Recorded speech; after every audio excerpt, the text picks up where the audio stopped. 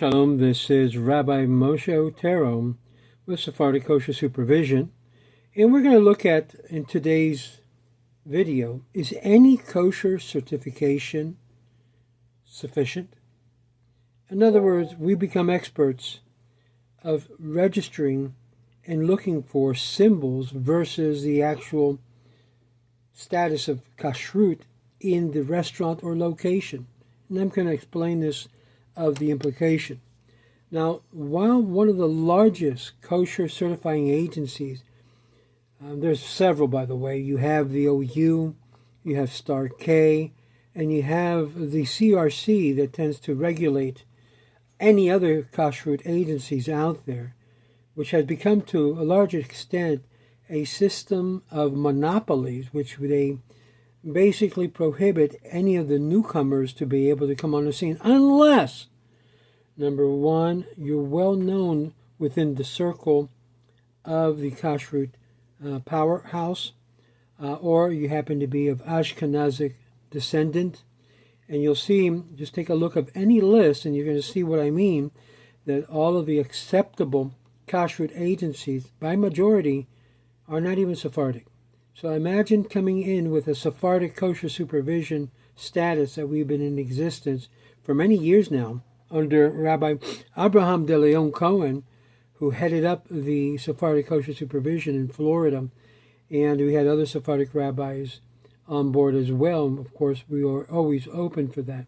But I want you to know that we have moved from a time in which you are to know what kashrut is and what is kosher, to know your kosher symbols. In other words, we become experts, halakhic experts, on what kosher symbol is acceptable and what kosher symbol is not acceptable by the means of marketing and you might say black labeling or black marking a particular hechsher, which has become very common in the industry of kosher. So as we go into this area, is any kosher certification sufficient? You're going to get different responses. And obviously those who have become now part of the infrastructure of the monopoly will purposely leave out a whole bunch of kashrut symbols which are kosher, but just simply not acceptable to their standards. And obviously to belong to them, you also have to pay a large, hefty fee to be part of their kosher listed, in addition to be accepted by a group of rabbis who all, by the way, are Ashkenazic, a great number, Hasidic, and so forth. So there is blacklisting of other kosher symbols, like my good friend Rabbi Malik, that they were able to do that to him, and many others. So it's nothing new in the industry. We do know how they utilize their congregational powers to be able to send out emails and messaging everyone saying, oh, this person is this person is that. In other words, everything that we've learned about Motzi Shemra and Lashon Hara is well practiced within these circles on the highest levels. So anyone involved in the kashrut of certifying situations will realize that they've been involved in people speaking bad about you or speaking bad about the hechsher or the person. Anything they can do to try to disqualify someone that happens to be in this space of kashrut agencies are always the focus of attack, just like with conversions. They become the focus of attack of other agencies. And in order to understand this, when we see these different kosher agencies, you can see them in the three groups. The first two groups are easily explained, recommended and not recommended. This is how they're able to say, well, this certification is not kosher, this one is. And believe it or not, I've seen many businesses, and of lately much more, that basically just tells the kashrut agency, I can't pay your fees. Just to give you an idea, there are some kosher agencies that charges just to have their certificate hanging on the wall about $1,000 a month. That's low. Some other agencies charge $10,000 a year, $20,000, all depending upon the receipts of sales a business has. And this is how kosher business has become a big business, a billion-dollar business in the industry. It's no longer the fact you want to make sure you're serving the public to ensure that the product coming out of that location is in fact kosher, and that you are basically ensuring to the public that that product that's going out is kosher. Now, these two groups that are easily recommended and not recommended, the third group is known as a detail agency. And this you can read it up, by the way, on the CRC website or OU site. They have similar information on both of their websites. The agency products are accepted on condition that they're investigated on a case-by-case basis and determine if the product is acceptable or not. Please understand, and this is, I love this, please understand that these categories are kept safely in mind of the rabbinic coordinators and not formed into a blacklist of any kind. We call this double talk. I call this double talk, or I call this, in layman's language, BS. And you know what BS is. It's a lot of BS that we begin to read, and you begin to realize and decipher what they're trying to do is to manipulate the information of what can be accepted hashgacha labels and what is not. To understand this, each kosher agency is set into different category and respective, and as they begin to delve into this in the world of kosher called kashrut or kashrus, the proper way to monitor it is to look to what they're doing, who's doing it, what are the safety valves that are involved. And when examining the proper way or recommended agencies, one can understand that anything unlike the way of a recommended agency, in other words, they follow their pattern, their uniform pattern, will automatically fall in one of these categories: accepted, rejected.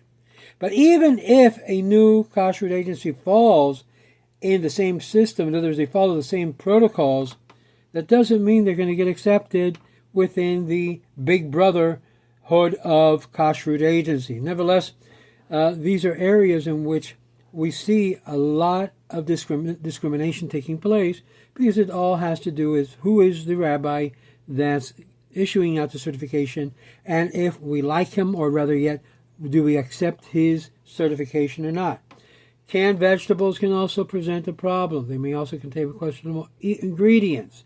So on a base-to-base, on a product-to-product basis, they look at that. Now, if you get involved in issues of retail kashrut, restaurants, so forth, that's where all Gehenna breaks loose, because there is a market in which is controlled market of these regulated restaurants in every industry, in every state, and if you're not part or one of those major agencies, then good luck swimming up the river, as it were. And so sometimes something has to be uniquely different than all the rest. And obviously, rabbinic supervisors now has to contend with knowing how to check for these often camouflaged insects.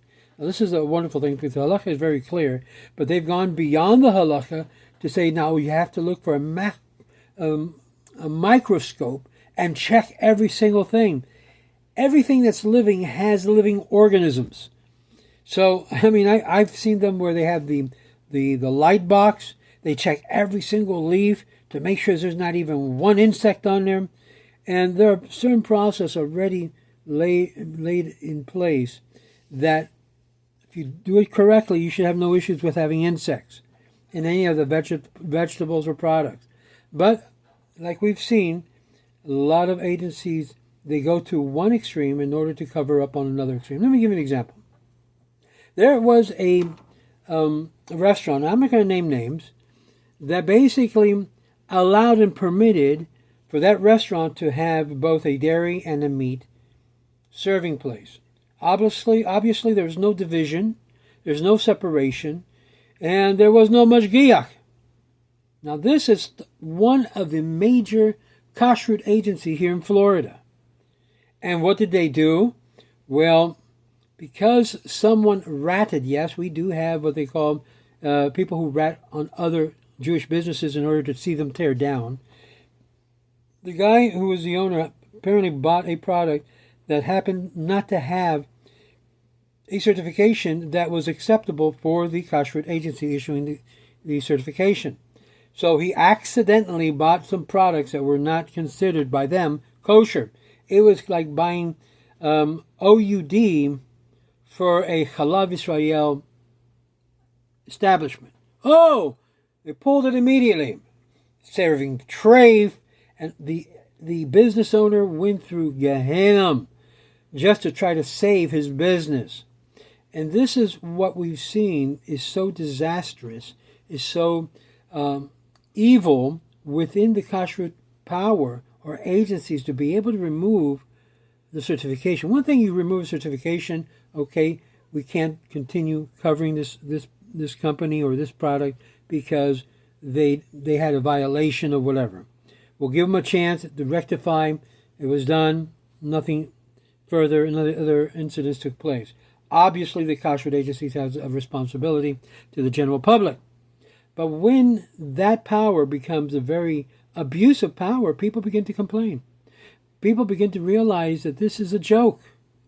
In this particular agency, which I remain nameless, with very large group of rabbis sitting on its board, a whole big congregations of rabbis that you say, wow, impressive va'ad, impressive kashrut board. And it's only one or two that make the actual decision of what to do and how to pull it. This becomes very, very dangerous, my friends. And this is what we see with many kashrut agencies. So when I see a restaurant or a business lose its certification, I want to know why. That's the first thing I want to know. Why did they pull the Kashrut certification? Sometimes it could be just basically just that the coordinator got upset with the owner because he happened to be Israeli or he happens to be a very irritable person, and I'm going to pull it away after he'd been paying a whole bunch of money to keep that certification. Other reasons, like I mentioned to you, you have people in the community, unfortunately, that will rat out other businesses in order to see their fall and their destruction. Unfortunately, this is where we have come to in the Jewish world, in the kosher world. So is any kosher certification sufficient? Let me say this, the very moment you walk into a kosher establishment, there is a level of bitachon that you have to have on the people working there and on the certificate that's hanging on the wall, that rabbi had done its proper due diligence to make sure that the processes were in check and are validly running in that establishment. There's some businesses that get tired of the harassment of the rabbinical supervisor because they just don't, personality-wise, they just don't get along. And this is being seen more often than less. There are others that basically are on the list that basically said, you know what, why am I having a kosher certification and paying all of this money just to throw it in the garbage? I'm not using it. No one's buying my product, even with this certification, which was recently one of the clients, or one of the persons I spoke to the other day, that basically just gave up the certification because no one was buying her Halav Israel sweets. So you have different reasons why people basically no longer continue the kosher certification. But when it has to do as a cause directly caused by the kosher administrator, a agency that issued out the certification, there becomes a major problem. Now, if there's a problem that basically the corporation, the company ran afoul, okay, I could understand that. Then it has to be investigated. There's got to be remediation brought about to that particular client to make sure that the consumers are aware, but at the same time they can be rectified and repaired in a way that they are not harmed, and neither is the kashrut agency harmed as a result of that. And so is any kosher certification sufficient? You can say no, because there still remains a level of bitachon, of trust, when you walk through that door and you see the certification of a well-accepted hashkacha, that they too may commit errors, and they too, even under the supervision, the watchful supervision of a kosher agency, can also commit many errors in their supervision.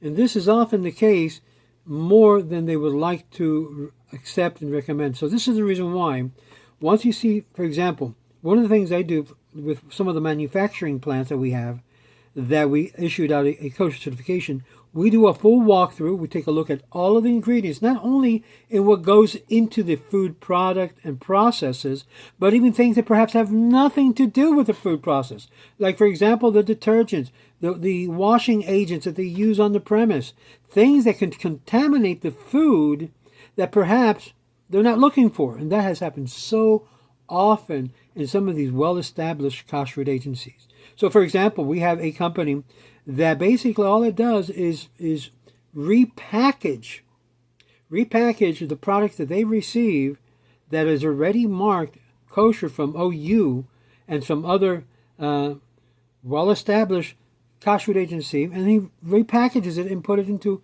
his own private label. So for that, we have a camera that watches how they're repackaging everything, and at any moment I ask them to switch it on, I can see what's going on in the plant. So these are the type of technologies that help us to be able to supervise when there are very little manpower available to be able to be watching and been paying exuberant monies for a mashgiach to be on the premise. We do have mashgiach in many of our premises, especially when it has to do with meat, no doubt about it. Well, this particular business didn't have a mashgiach, and so when they called us in, we basically said you have to have a mashgiach, and eventually you have to separate between the meat and the dairy. If you have to separate even on your own table between the meat and dairy and try to serve it separate, isn't it rational and logical that you have to do the same thing with businesses? That if you're running a dairy product and also a meat product under the same roof, you should have something that would divide it. Well, that's exactly the problem that took place with one of these big hashkacha here in Florida. And there are many other areas where they fail to be able to do what is correct in a lot of the establishment. And it's funny because a lot of them started criticizing, well, you're not a rabbi. Yes, I am. Oh, you have no experience in this field. Yes, I do. I used to work with both of these agencies that are here in Florida as at that time as a mashgiach. So I know what I'm talking about, and I've seen how the business is processed and in the errors which take place. For example, there are some companies that they'll give them a certification, and this happens a lot with the Asian community in particular, that they want to keep the actual process of how they do it originally secured. But what's the problem? Many times you'll see in some of these locations that they have a Buddha. And the owners basically wishes success of their business and give the credit to the Buddha. And they'll even have them rub the stomach or put some coins into you might say like their little bank in there. Well, according to Torah and according to the way we process things, if you have one of those, you can't get certified. The location has been dedicated to an avodah zara. Very similar to what Rabbi Berger mentioned in his book about the Rebbe, the Mashiach, and the Orthodox indifference, that too becomes a problem even when they sacrifice animals and they're doing it for the kavod of the Rebbe. That becomes completely treif meat, even though in the technicality of it, everything seems to be kosher. So this is some of the areas that we take a look in. Is the person involved in doing the processes involved in avodah zara or not? Or is it just a business issue? There's some other halakhic issues that you have to look at into as well. But these are some of the superficial things that I've been able to pick up, even walking through or walking in a kosher establishment, given the certification from some of these big kashrut agencies. So just because they have the certificate on the wall and has been certified by a large agency that has a process in established, which is a good process, by the way, I'm not knocking that at all, that doesn't guarantee the location is 100% kosher at all times, because owners make mistakes, people make mistakes, rabbis make mistakes, and even those who are supposed to be watching over the processes also make a mistake. So there's a level in which there's got to be bitachon Hashem, trust in the Lord with all of your heart, and don't lean into your own understanding, because that's when you can get surprised. Never forgot the day I walked into a restaurant that was under the supervision of one of these big kashrut agencies, and accidentally they had a cockroach infestation in their restaurant. Well, unbeknownst to most consumers, the cockroach had infested a lot of the food that they happened to eat. So now the question comes, was that kosher? Well, I know it must have been a kosher cockroach. But my friends, this happened. They had to shut down that restaurant, but it wasn't the certification that shut it down. It was the health department that had to come and shut down that restaurant because of the problem of cockroach infestation, even especially in the kitchen. You have no idea what we've seen, what I have seen in the kitchen, even it be a kosher or even non-kosher restaurant. I used to work when I was young. That was one of the things that we used to do when I was little. I worked as a dishwasher, later as a busboy, and then later as a junior cook. So I had to do the whole 9 yards, and you get to learn the inside out of a kitchen and what problems arises when you have these little bugs walking on the salads, walking over the meat, walking into the kitchen with no repellent. And I tell you, restaurants have spent thousands, if not hundreds of thousands of dollars with pest controls in order to control this. It's part of the risk in restaurant serving. So having a kosher certification there does not mean that basically that has not happened. There are even veggie restaurants, vegan restaurants that have kosher certification that you have to still wonder, did they actually see this salad, this lettuce go on the plate just prior? Did they wash it beforehand? There's a whole series of processes that a kosher certification puts in place to make sure it happens. For example, with us, with the flan company that we gave certification here in Miami, they have processes already in place to ensure that after every certain time, with hot water, they wash down everything. I was there when we did the initial kosherization of the plant and koshering the whole entire plant and making sure that no other ingredients or products was entered into the plant unless it had certification or it was first given a check by me. And so these certifications become of great importance as a way of guaranteeing and assuring that the processes are intact, are working, and that they have a camera. The best way you can avoid, if you're going to decide to go kosher, which I'll be honest with you, you could not be kosher and still be kosher. What do I mean by that? Just like I mentioned to this person yesterday, that she is selling sweets. Sweets. Didn't get no business from the ultra-religious community where she lives and where her business is. So I said, why are you emphasizing marketing your product, which has a general appeal through the whole consumer business? You can sell it in Publix, you can sell it in Sedanos, you can sell it in different places where people will pick up, they'll see the label, and they'll buy it. This is why the Diamond K, which most ultra-religious Jews won't accept, yet is kosher. That's where you have Hebrew National. Why don't they buy Hebrew National? Oh, because it's not halach. It's not galat kosher. But to be kosher, it doesn't always necessarily have to be galat. There are some meat that is kosher to eat, but simply means that they didn't check the lungs of the animal. Does that mean that the meat is not kosher? No, it just means that for some people, they won't eat that type of meat. So what, you're going to throw it to the dogs? No, it can still be eaten as kosher meat, but not galat or halak kosher. And so when you begin to understand these ideas and concepts, sometimes the certification is more of a problem. But the good thing about the certification, which it provides a level of processes that the rabbis or the agencies that certifies goes through to make sure what you get on your table is kosher.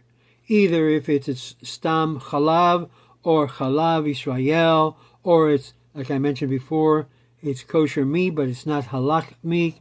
All of that is on the label. You know, the biggest problem in the Jewish community, we have become experts in hashkacha symbols. As a matter of fact, if you go to CRC, their website, they'll give you a whole list of acceptable hashkacha labels. Of course, you're not going to see ours there, because although we apply multiple times, they have a politics within the camaraderie of rabbis that don't accept, number one, Sephardic kosher supervision. Haven't seen one kosher agency that happens to be run by a Sephardic rabbi. I haven't seen it. If you're with the CRC and you see this video, let me know which of these kosher agencies that you recommend is run by a Sephardic rabbi or a group of Sephardic rabbis. I want to know.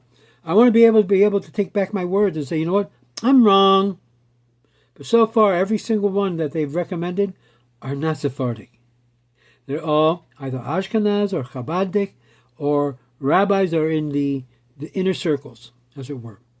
And unfortunately, we are not always in the inner circle. Sometimes we have to speak up when there are problems and let people know. And there were a lot of problems here in South Florida with two of the major hashkacha, and I'm sure, no, three of the main hashkachas. And they're all under CRC recommended hashkachas. Does that mean that all hashkachas under CRC is not good? No. That's why they created this web of monopoly to make sure that if you're not in their group, you're not going to be let in. That's how they work. Best way to identify them is that they are a kosher mafia for the Jewish people. What do I mean? They have they have their people set up in a way so no one can come in unless they approve it at their rate. No one can come out and come back in unless they allow it. Once you lose a hashkacha with the kosher mafia, it will be very hard to get back in unless you start from zero with a new company, and you're going to be paying a lot of money for that hashkacha. Now, there's some people that are in business in the kosher world, and they just can't afford those high prices of the kosher agency, plus the cost of having to hire a mashgiach that usually runs about $21, some places I heard up to $30 an hour to have a full-time mashgiach on premise to be watching and observing. And what does most of the mashgiachim do? Most, especially if you're trained by some of these big, large agencies, you'll see them on the table after they wash their lettuce or the greens. You'll see them reading and studying and sitting on the table, watching people come in, instead of walking around, getting involved with the food preparation, making sure that every area of the restaurant is kosher. That's what we call a working mashgiach. A working mashgiach is a person who's involved in helping the owner with the food process and not just sitting on his seat, reading and praying and being so spiritual. That's not the job of the mashgiach. The mashgiach is supposed to be observing everything that comes into that door, what goes out of that door, when products are coming in the back door, make sure it's all kosher. That's why some of these agencies or kosher establishments run into so much problems, because they don't have a mashgiach there making sure that what's coming in is kosher. Because even in the delivery of meat and milk, sometimes they send the wrong food products, thinking that you will accept it. And once you accept it, then there's trouble. My friends, don't simply rely on the letter on the wall. You need, if you're going to be a true Ben Torah, you need, yes, to have bitachon Hashem. You also need to watch and see how things are being processed in that restaurant. You'll be surprised how many errors you may be catching yourself when you walk through some of these establishments. And what should you do? You call the owner to come forward. Why are you doing this or that or that? Because unlike regular restaurants, kosher establishment is a community responsibility to make sure everyone is watching what's going through. I'm going to finish with this. Businesses can be destroyed and has been destroyed by kosher agencies by pulling away their certificate. There's no problem in pulling them away if they're not doing after repetitive mentions or complaints that you're not doing what you're supposed to be done. Then they could pull the certification. They can pull the certification if they didn't pay the fee that they agreed to. They can pull it. After all, this is the way they are sustained. But to pull a certification just by the fact that I don't get along with you because your Uncle Vinny decided to come by and you sold him some kosher food product and we saw him carrying it to the truck and the truck took it and was selling it to other people who happen to be Jewish, that is not cause and reason enough to pull a kosher certification. And if that's the way you run your certification, shame on you. You're going against what the Torah says. You're to help protect and save the Jew that's in the business. You're to consider the money of the Jew making money in the kosher business as holy as the very Sefer Torah that you go and open every Shabbat to read out of. And we don't do that. Unfortunately, kashrut agencies don't have that severity of commitment to their clients. They see the money rolling in, they go ching ching. This is why I've been pushing, and I will continue to push and call on Sephardic rabbis to get involved with Sephardic kosher supervision, because you can't continue to complain that there is no Sephardic kosher supervision agency if you're not willing to participate in one, if you're not willing to be part of one. So don't complain, oh, we don't have any Sephardic kosher supervision. There is. You just basically don't want to get involved in it. If it's an issue of me being the leader, it's no issue.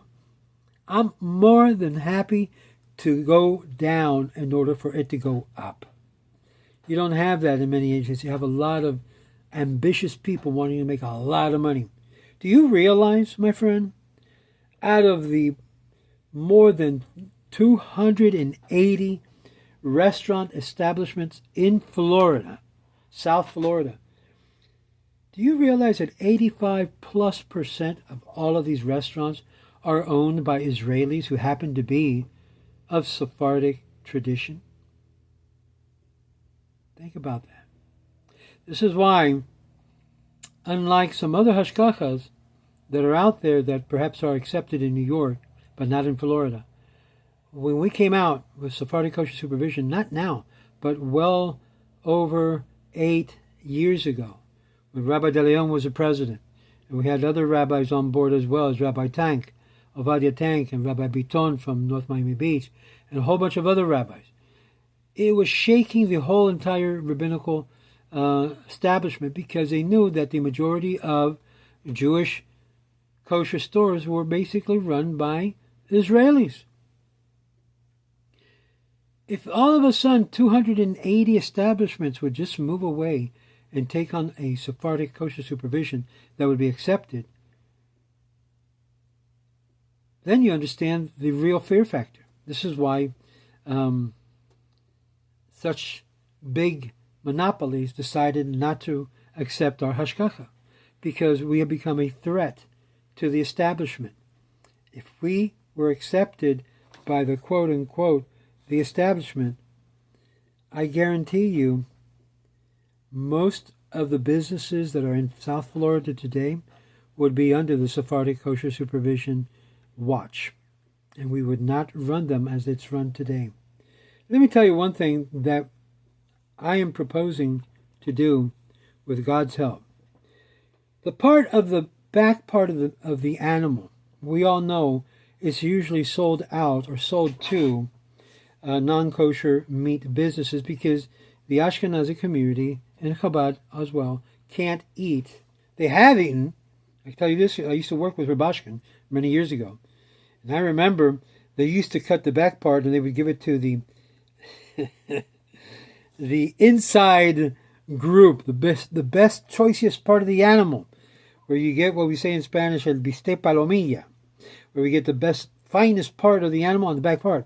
So what did they do? They did the liqueur on the animal, and they basically served it among themselves.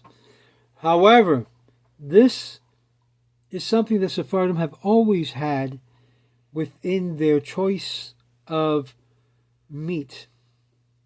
Unfortunately, for many years it has been prohibited to sell the back hind of the animal, because they already said you can't have where the sciatic nerve is. But if they know how to take it out, we call the nikor, then you can.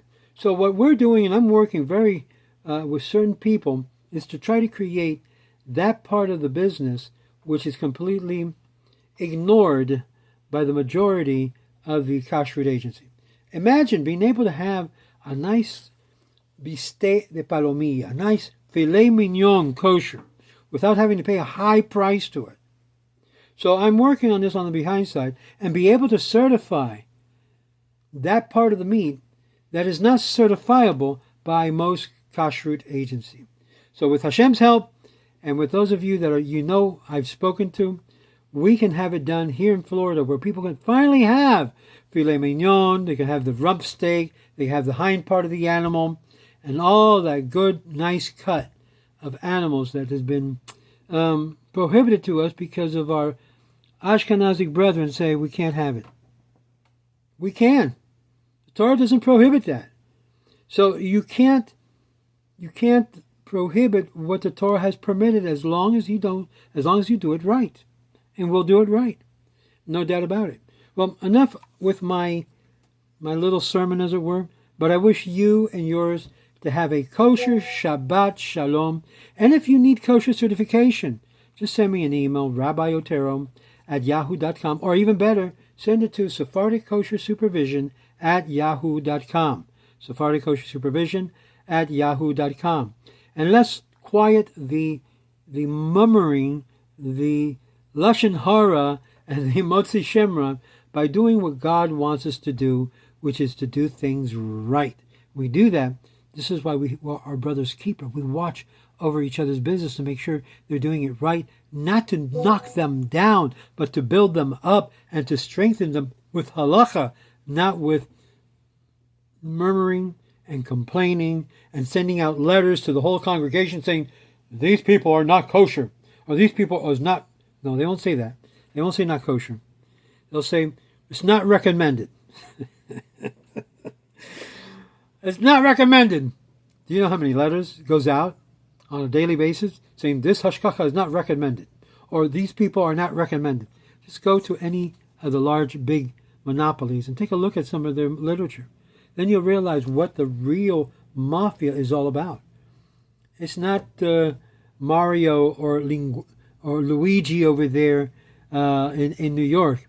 It's the Moshe, and it's the Yaakov here in Florida that are the Mario and the Luigi of the kosher mafia. Let's remove all of that. Let's do things right. Let's keep our people kosher, because when they eat kosher, it affects their soul. And when it affects their soul for good, you'll see a lot more blessing coming upon the community. This is Rabbi Moshe Otero with Sephardic Kosher Supervision. Shalom.